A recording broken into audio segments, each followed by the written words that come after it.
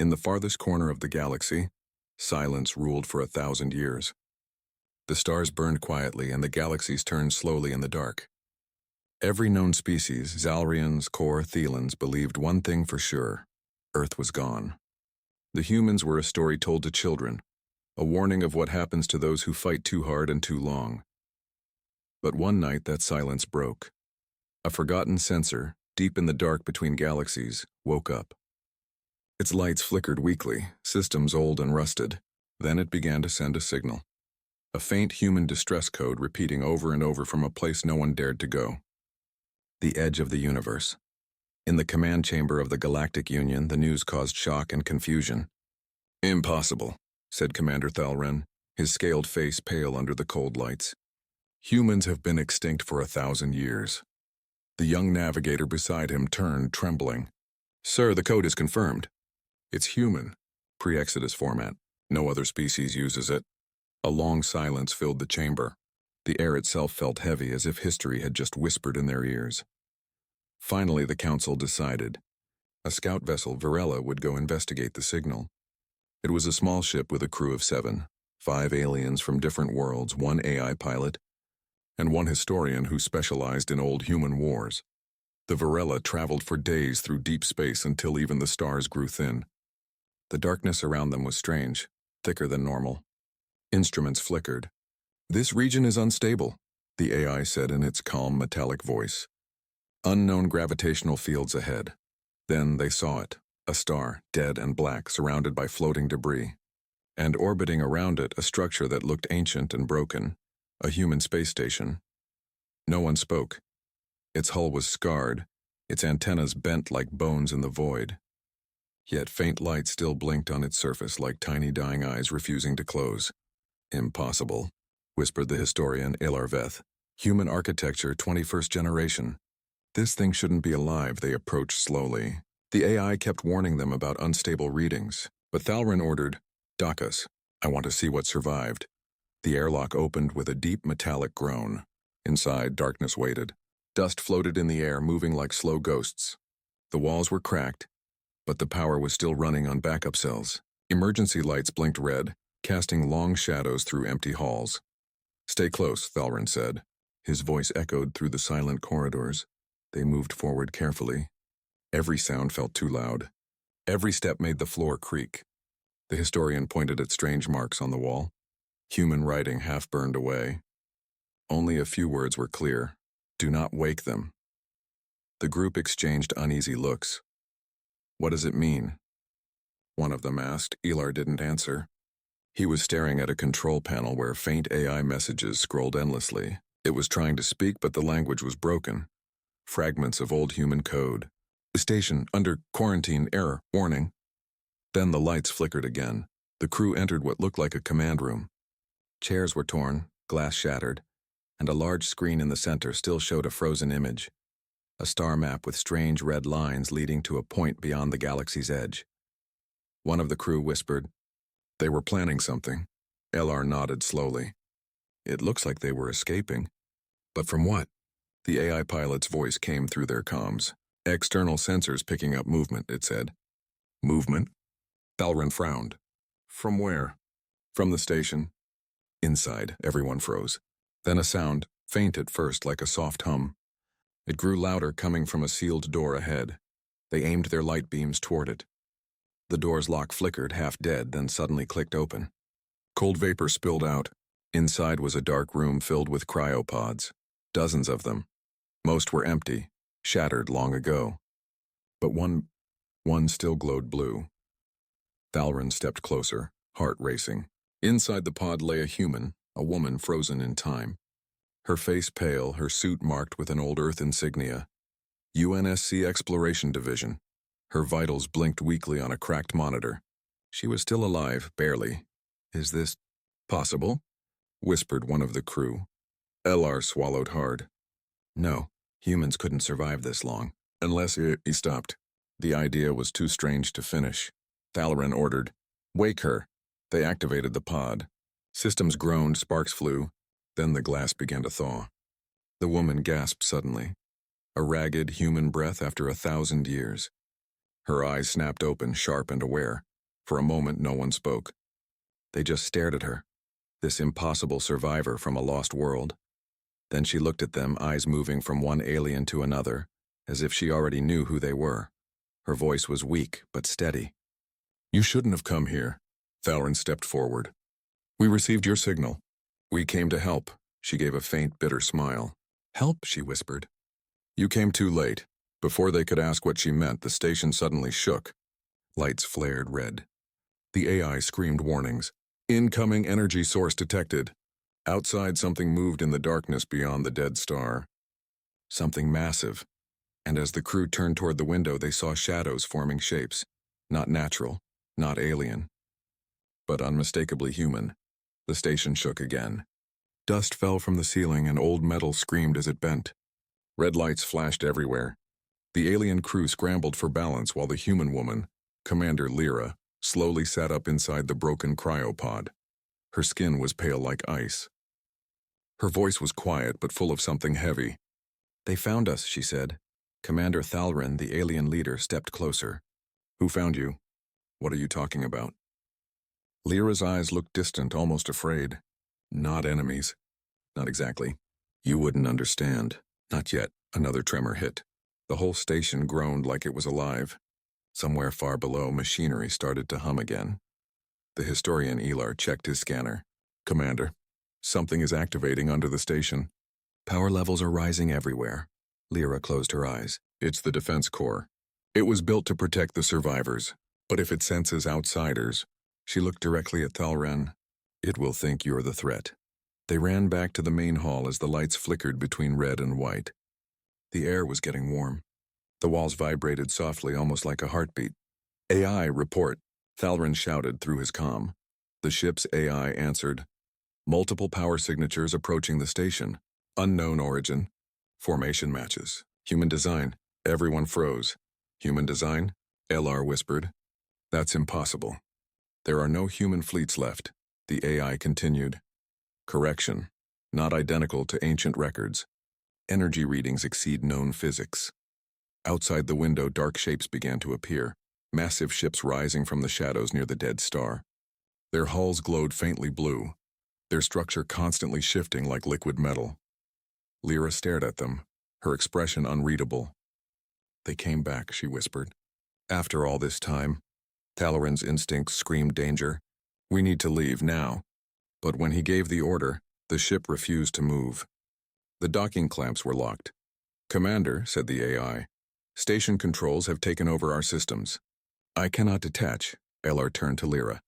"You said this thing protects survivors. Then why is it trapping us?" "Because," Lyra said softly, "you're not supposed to be here." Her voice carried a strange sadness. Thalrin glared. "You will explain this right now.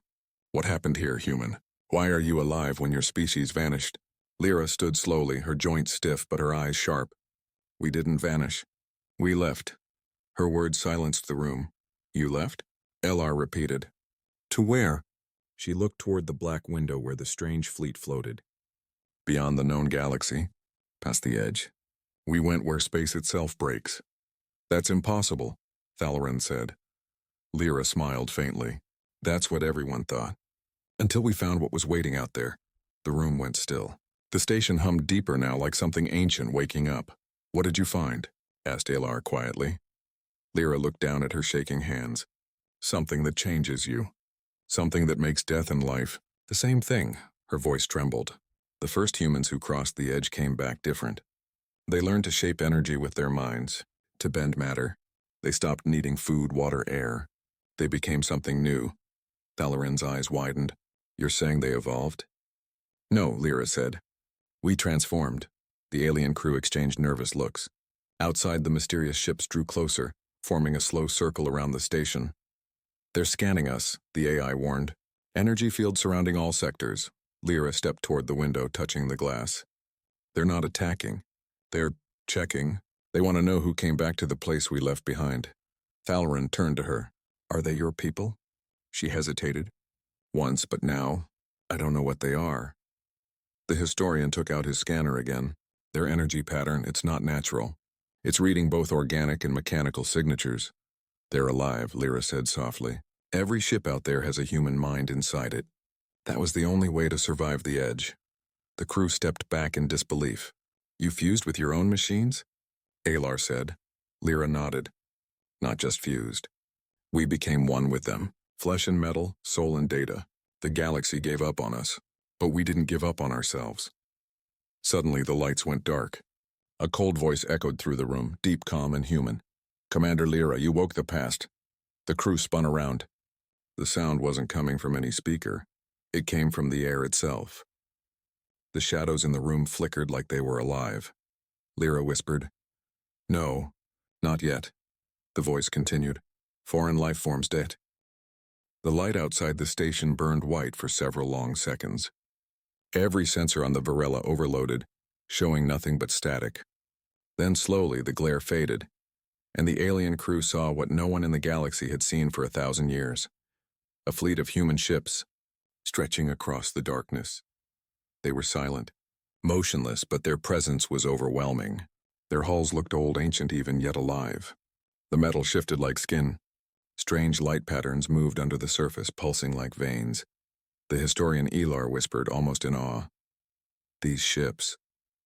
They're breathing." Commander Thalren stared through the viewport. His reptilian eyes widened in disbelief. No ship should be alive. Beside him, Commander Lyra stood with a haunted look. "They are not ships anymore," she said softly. "They're human minds, merged with their own creations." The Varela's AI stuttered and struggled to read the energy around them. "Warning," it said in a broken voice. "All known physics violated. Scans indicate organic mechanical fusion. Power output immeasurable." The alien crew began to panic. Weapons specialist Wren shouted, "We need to retreat before they see us." Thalren barked, "Engines online. Pull us away from the station." But the AI answered flatly, "Negative. External force has locked our trajectory. We cannot move." On the main screen, one of the massive human ships moved. It turned slowly, its body shimmering like liquid glass, and aimed a beam of soft blue light at the station. Lyra's breathing quickened. "They're scanning us. Are they hostile?" Thalren asked. Lyra didn't answer. Her eyes were on the shifting patterns on the ship's hull. "They're deciding." "Deciding what?" Alar asked nervously. "Whether we belong here." The beam swept through the station and the Varela. Every system went cold for a moment. The crew felt the air tighten. Then a low hum filled the ship, a deep vibrating sound that wasn't coming from speakers but from inside their heads.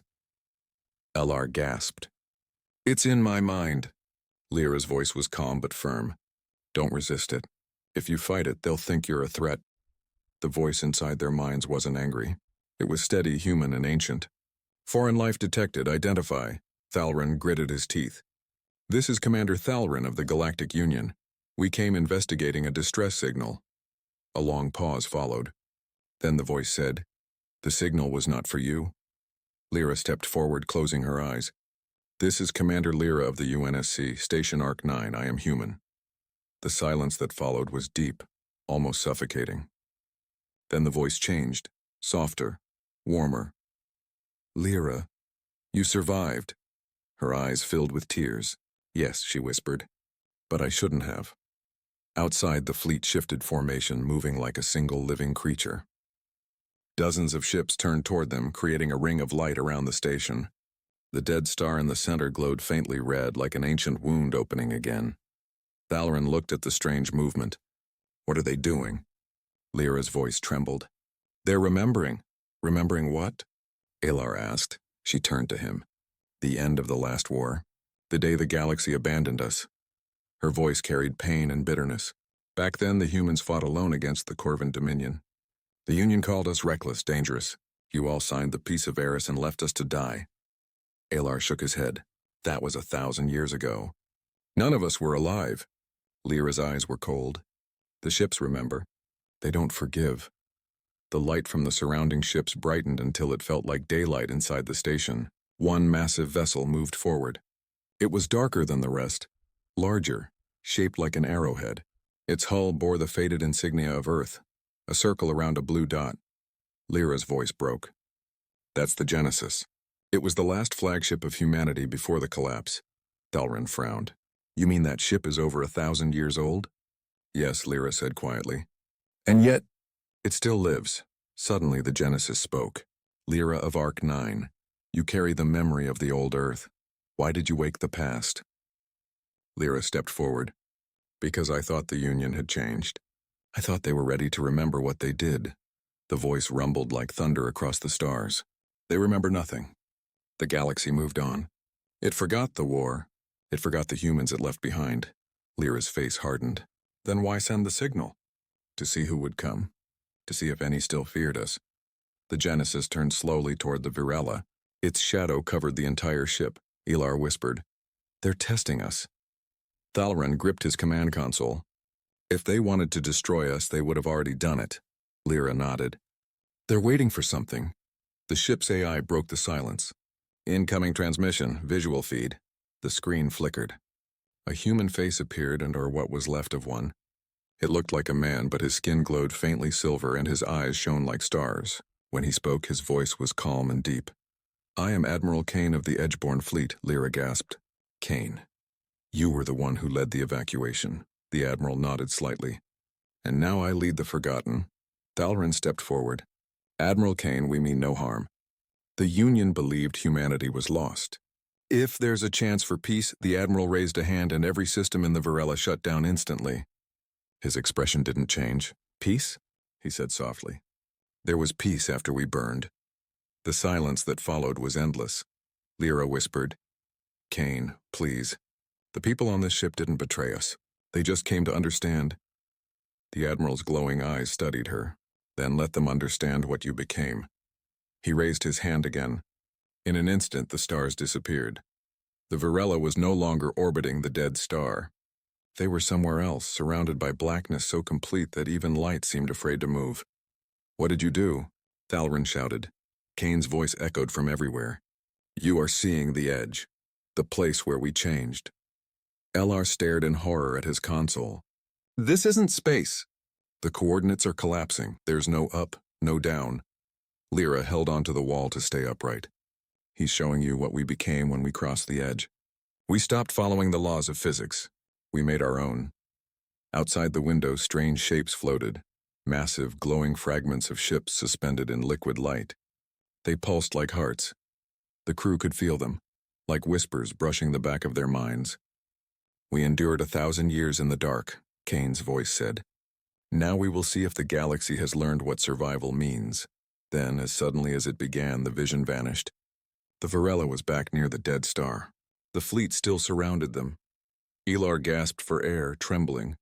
What was that? Lyra's voice was quiet. That was their world. The place beyond the edge. Thalrin looked at her. And now they've brought part of it here. Lyra nodded. Yes, they can reshape reality now.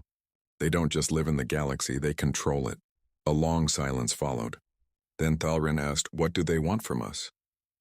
Lyra turned toward the glowing fleet, her face pale. They want to finish what we started. Thalrin frowned. What do you mean? She took a slow breath. The war that ended 1,000 years ago. For them, it never ended.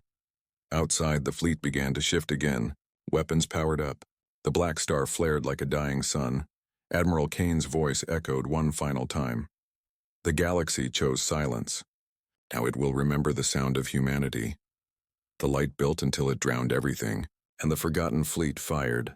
Silence spread across the old human station. The lights flickered and the cold metal walls creaked as if remembering old pain. The alien team stood frozen, watching the human man, Captain Ryan, slowly rise from the cryopod. His face was pale, his eyes glowing faintly blue from the cryofreeze, and his voice was rough, dry like dust.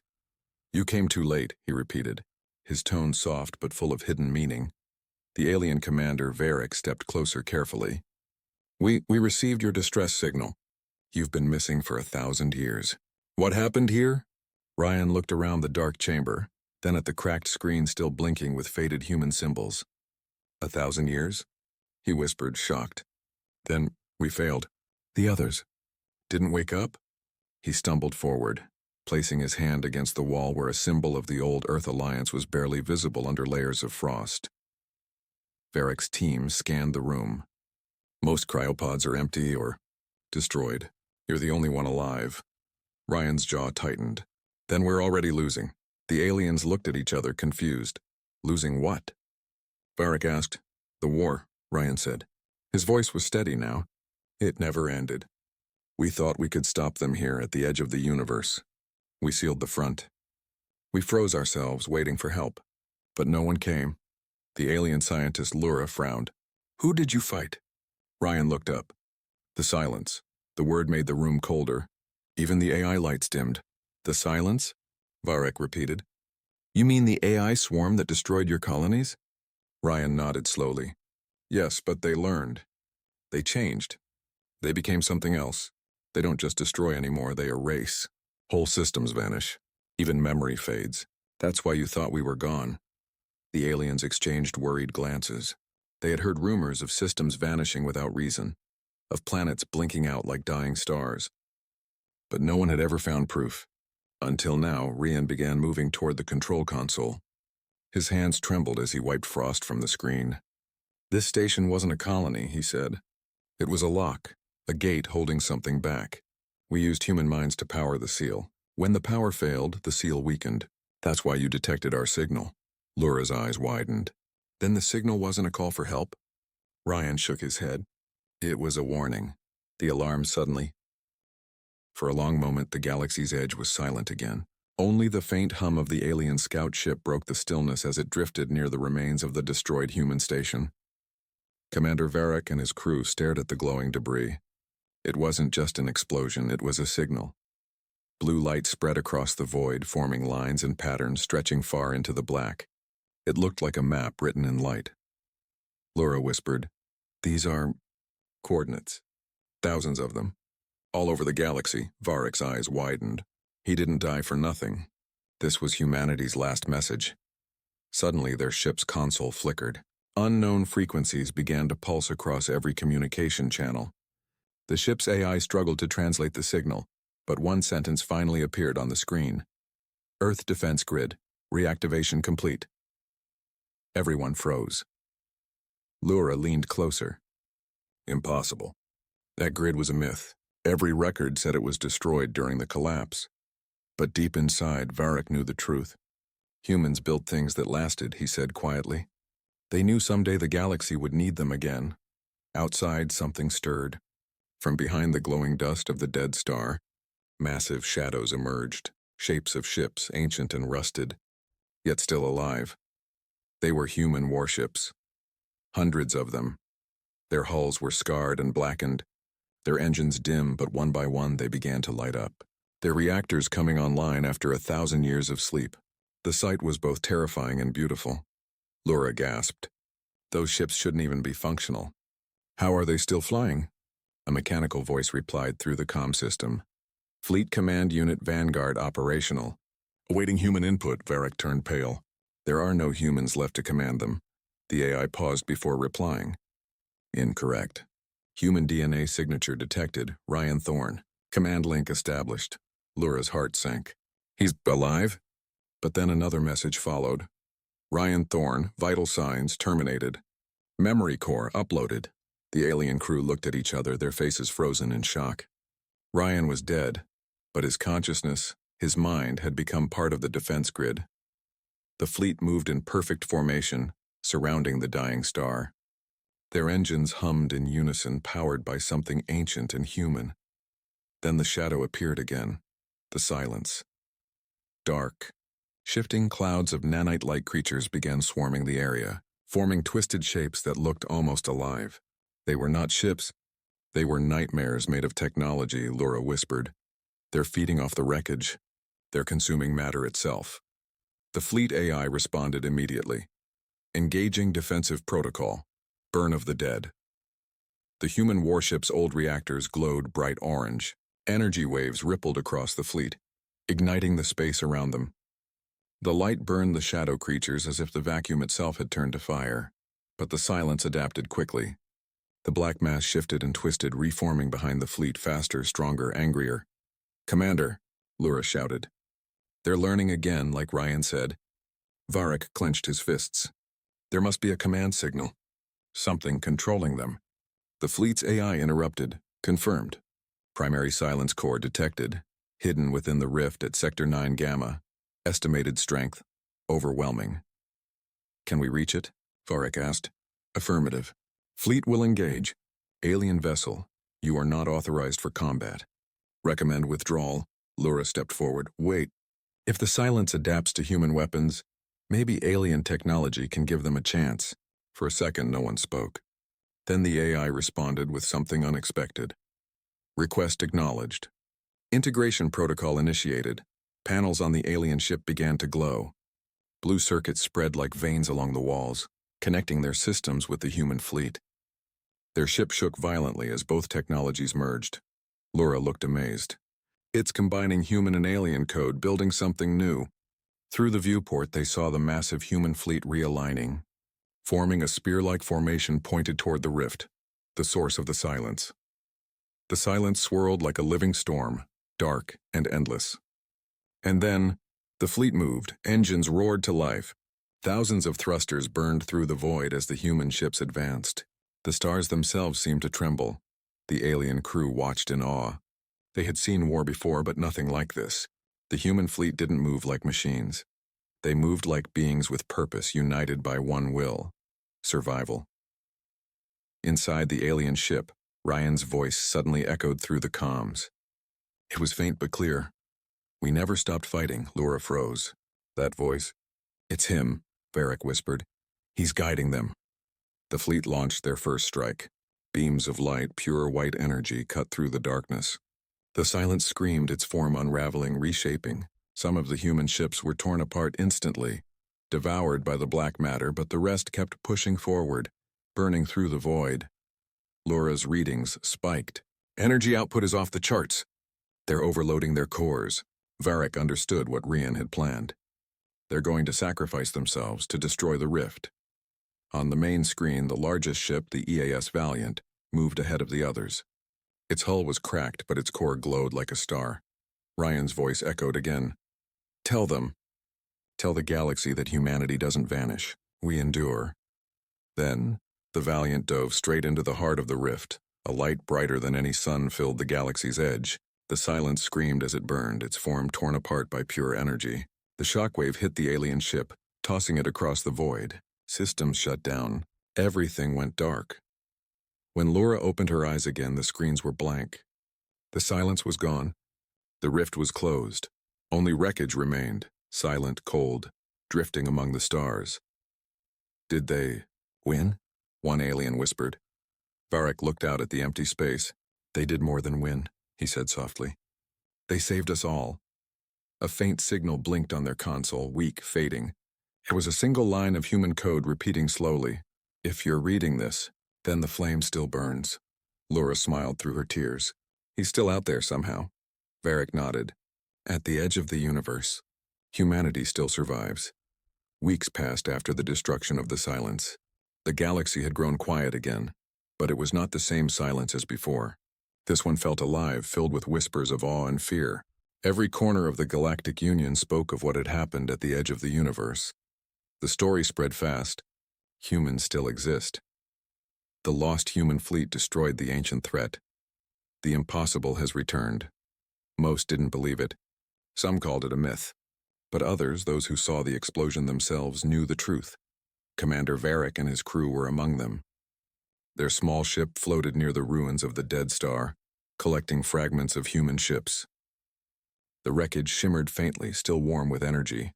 Lura gently placed a fragment on the console. The piece pulsed once like a heartbeat. She looked at Varric. It's still active. The technology's alive. Almost aware, Varric nodded slowly. They built things that carried pieces of themselves. Maybe Ryan is still in there somewhere.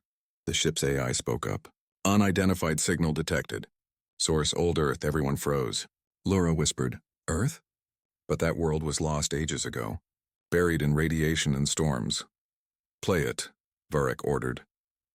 A faint sound filled the cabin, crackling static at first, then a human voice, distorted but calm.